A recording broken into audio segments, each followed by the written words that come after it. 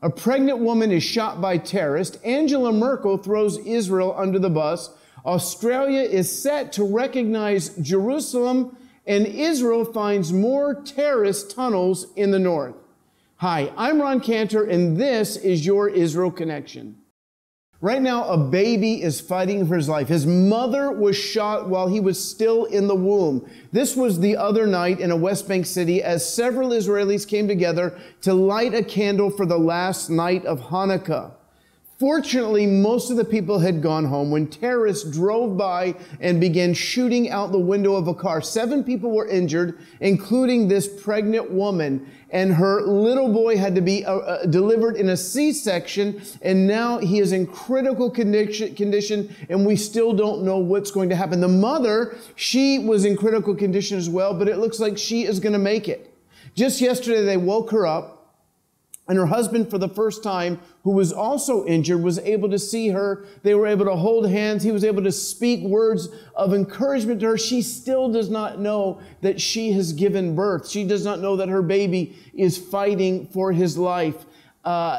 They are focusing, rejoicing on the fact that both mother and father are alive. But I'm asking you to pray for this little baby, Shlomo, they've named him. Pray for Shlomo that he will survive, that he will live a worthy life, and that the terrorists will not win. The whole country was stunned by this. And again, it's just tragic when last week in the United Nations, I think we reported to you that the UN refused to condemn Hamas. Hamas, when they heard that a terrorist shot a pregnant woman, they praised the terror attack. That's what type of sick individuals we're dealing with. But let's not worry about Hamas right now. Let's focus on this young family and their little boy Shlomo, that he will survive.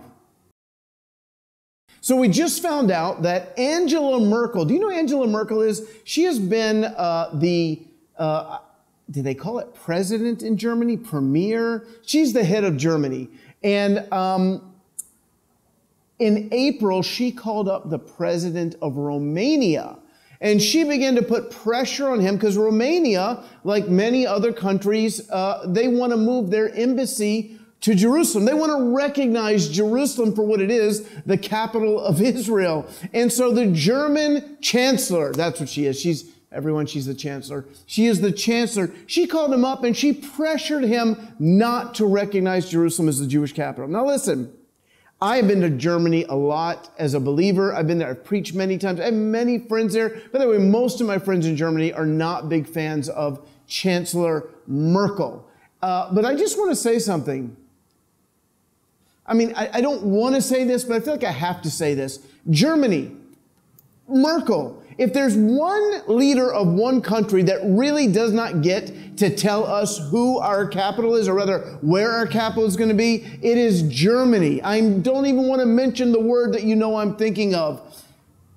Bad things happened in Germany to the Jewish people. So why don't you just be quiet? I was thinking of another word, but I'm saying, why don't you just be quiet?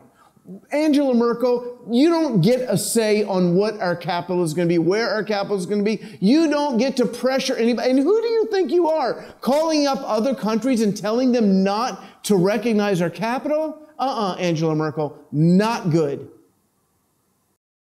Now, while Angela Merkel is out pressuring all of Europe not to stand with Jerusalem, there are other countries that are going to. We know that Brazil's new president wants to move the embassy to Jerusalem, wants to recognize Jerusalem. The Czech president, he is super excited about recognizing Jerusalem. Honduras is going to. Guatemala has already moved their embassy along with the United States. And then most recently, just the other day, Australia announced that on Wednesday, which is today, but you'll probably see this tomorrow, that they are going to formally recognize Jerusalem as the capital of Israel. Now, I remember just a few months ago, or a year ago in October, when President Trump decided that he was going to state the obvious, that Jerusalem is indeed the capital of Israel. People said that the sky is going to fall. This is going to unleash World War III. You know what's amazing? It's a year later and there was no World War III. Yeah, there was a little bit of noise. People were upset. People weren't happy about it. But for the most part, it was nothing, just like many of us said it would be. It was nothing. And not only was it nothing, now we've got a bunch of countries that are following suit. Even Italy. Italy is very not real super happy. Oh,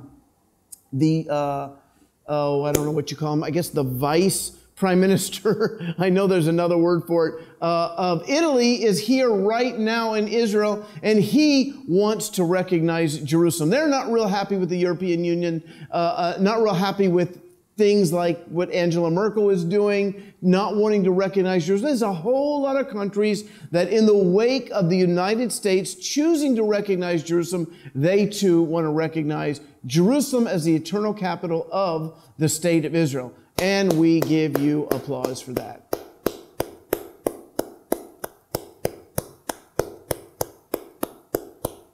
Okay, good. You know, friends, at the end of the day, it really isn't about another brick in the wall. I'm talking about Roger Waters of Pink Floyd, who hates Israel.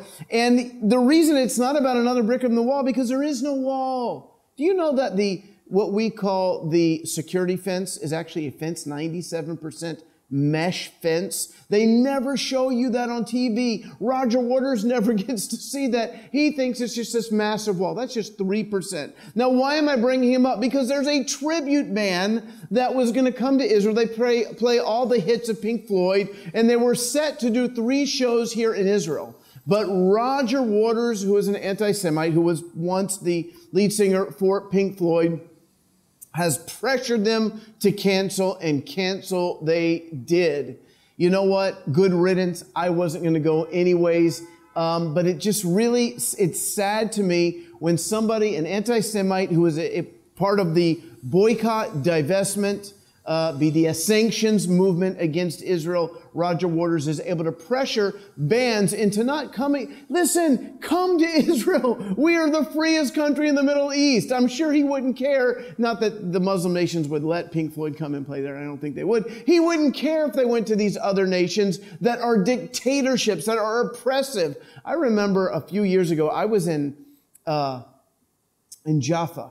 And we were eating at this restaurant, and I walked outside. I had to get something from the car. And there's this big grassy area. It was a Shabbat afternoon. And you know who was out there on this big grassy area? It was full of Muslim Arabs. Now, what were they doing out there? They were having fun. They were eating. They were doing barbecue. They were cooking what we call ala aish on the grill. They were having the best time. And I just videotaped it, and I put it on YouTube, and your light just went out. Your light went out. Okay. Well, I'm going to keep going. The light just went out. If my color in my face changed, you know why. So what were they doing? They were having the best time. And I took a little video of that. And then I asked people on YouTube, where is this country? Where is this city? Is it Tehran? Is it Kuwait City? Is it, nobody guessed Tel Aviv. But that's where they were. Roger Waters doesn't know that exists. Israel is the freest country in the Middle East, one of the freest countries in the world. Too bad. Roger Waters. And the final news story I want to share with you today is an update on what is happening in the north. We are doing Operation Northern Front, I think that's what it's called. But we've sent the IDF, the Israeli Defense Forces, up to the north, and we reported on this last week that we discovered 2 tunnels that went out of Lebanon into Israel that Hezbollah, a terrorist organization, was going to use to start a war in Israel. We found another tunnel, and I'm sure we will find more. You know what's great? I mentioned earlier about the vice prime minister, deputy vice I can't say it right. The deputy prime minister from Italy, he's here right now, and he went with the prime minister, Netanyahu, up to the northern front, and he brought these 2 things with him called his eyeballs. And he brought his eyeballs with him so that he could see for himself that there are actually terrorist tunnels. And he saw and he testified, yes, I've seen them, these are real, because believe it or not, there are certain people in Lebanon that are saying, the president of Lebanon, prime minister, there's no terror tunnels. We don't have any evidence. Yes, we do have evidence. And now we have a European deputy prime minister who has said that. So we'll find more. And yesterday, in the wake of Hezbollah saying that they have weapons that can reach every population center in Israel. I'm in Tel Aviv right now, and they named my city Tel Aviv, that they could reach Tel Aviv. And our prime minister said, oh gosh, what did he say? He said, I have it written right here. Hang on, hang with me. It's right here. He said that Israel is prepared to deliver a very strong response if Hezbollah makes the big mistake and decides to hurt us or resist our operation. It will suffer unimaginable blows. So the truth of the matter is that in the Middle East, rhetoric is everything. Remember, Saddam Hussein predicted the mother of all wars. We all talk a big talk here. And at the end of the day, it is normal for Hezbollah to say, we're going to do this, we're going to do that. But the truth of the matter is that Israel has so much firepower that we could destroy Hezbollah in Lebanon in about 10 minutes. We don't want to. We don't want to hurt anybody. It's not our goal. We don't want war with them. But Hezbollah needs to understand you don't want to mess with Israel. So I want to share with you some closing thoughts. You know, last night we had our second meeting of Nesva Cafe, which means miracle and coffee. It's a cool play on words in Hebrew, and it's our brand new plant that we're doing in Tel Aviv. It's a weird midweek congregation, and it's focused around fellowship and coffee. We had great pasta last night. It was so delicious. And great worship, and I shared a message about knowing who we are in Yeshua. We had a great time. It was a lot of fun. We had about 20 people here. I want to encourage you to keep praying for this. I'm so excited about this. God is moving in this city. We want to equip Israelis to be able to share their faith, to be able to be a light to the rest of this city, Tel Aviv. I love Tel Aviv. I love living here. I love the people here. I love to go to the Cheder Kosher, to the gym, to meet new people, to share with them. I just love living here, because I have such a heart for the people here. So I want to ask you to pray every day, just for a minute. Can you pray 1 minute every day for Nesva Cafe and the people that are coming, that God would equip them to be light and salt in this great city? Hey, I want to invite you to like this broadcast. It's real easy. It's painless. All you got to do is click like. And you can even share it. As you're watching us right now on Facebook, you can go ahead and share this broadcast on your page. And I want to encourage you to go to roncantor.com/awake, where you can get my free book. Who wants a free book? You want a free book? It's free. And it's called The Coming End Time Awakening. I had such fun writing this book, and we've heard so many good reports of people that were blessed from reading this. It's a proof, biblical proof, that there's going to be a great revival before Jesus comes back, and it's going to touch Israel and every nation in the world. So go to roncantor.net. That is not the right address. You will get the right address on the screen. It is roncan.net/awake. Now, if you want to save a bunch of money on some of our books, the identity theft, the Jerusalem Secret, and Leave Me Alone, I'm Jewish, we're going to give you a free book. If you just go there and buy 2 books, we're going to give you the third one free. And there you can just go to roncantor.com and just click on the book section. Hey, listen, it was great being with you. We love you. I love that we're able to bring you some news from Israel, let you know what God is doing in this awesome country. You know what? We couldn't do it without you, without your prayers, without your partnership. We bless you in the name of Yeshua from Tel Aviv, and I will see you guys next week. Bye-bye. Shalom.